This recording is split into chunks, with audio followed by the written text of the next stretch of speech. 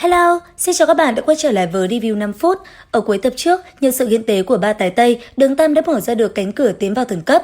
Bởi vì đã làm mất Hải Thần chi tâm, cho nên theo lời của Hải Thần, khảo nghiệm của hắn sẽ có thể gia tăng độ khó. Và quả thật, đề cử khảo của anh ấy không hề đơn giản chút nào. Trong khảo nghiệm này, Đường Tam sẽ phải trải qua 8 cửa ải của thần, tương tự là 7 cửa thất tình lục dục và cuối cùng là khôi phục tam xoa kích. Ngay khi quá trình này diễn ra, Đường Tam bỗng cảm thấy thống khổ kịch liệt, thất tình lục dục không chỉ có đơn giản như tên gọi của nó. Một bàn tay vô hình trong thần điện đang từ từ rút ra một khối xương trên thân thể hắn. Đúng vậy, khảo nghiệm này nếu so sánh với Thi Nhật Tuyết thì thập phần khó khăn.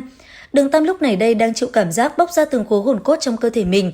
Cảm giác so với khi hắn chặt đứt một cánh tay cũng không khác là mấy.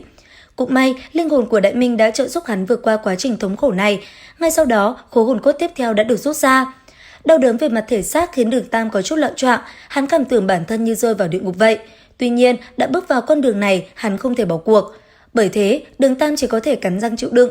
Ngay khi anh ấy tưởng chừng như không thể chịu đựng được nữa, thì ngoại phụ hồn cốt Bát Chu Mâu cuối cùng cũng được rút ra.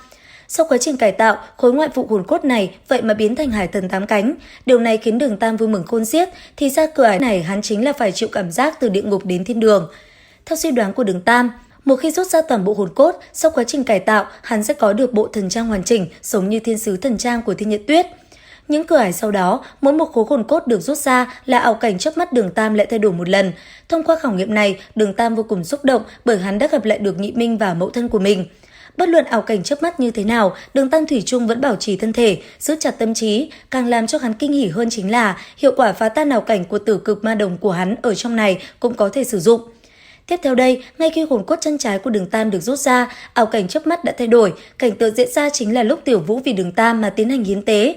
Một màn này làm hắn khó có thể bình tĩnh được. Lúc này ở ngoài trung tâm thần điện là người mở ra con đường thông đạo thần cấp cùng ba tài Tây. Đám Sử Lai Khắc Lục Quái đương nhiên có thể quan sát được quá trình đang diễn ra của Đường Tam. Ngay khi cảnh tượng mình hiến tế xuất hiện, Tiểu Vũ thật sự đứng ngồi không yên. Lúc này, ngoài cầu phúc cho Đường Tam, nàng cũng không biết phải làm gì khác.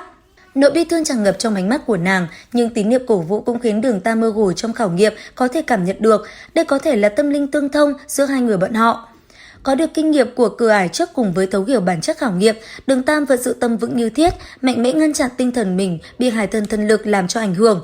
Lúc này, Đường Tam nhất thời cảm nhận được thân thể của mình cũng bắt đầu xuất hiện biến hóa.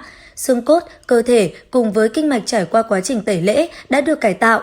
Đồng thời Hải Thần thần lực đang từng chút dung nhập vào trong thân thể hắn. Quá trình truyền thừa Hải Thần cũng không có ngừng lại. Thân thể hồn cốt là khối hồn cốt lớn nhất, cũng là quan trọng nhất đối với một hồn sư. Nó bị rút ra, đương nhiên sẽ gây ra sự thống khổ mãnh liệt nhất. Đúng lúc này, một giọng nói hung dữ vang lên bên tai, khiến hắn ta thất kinh.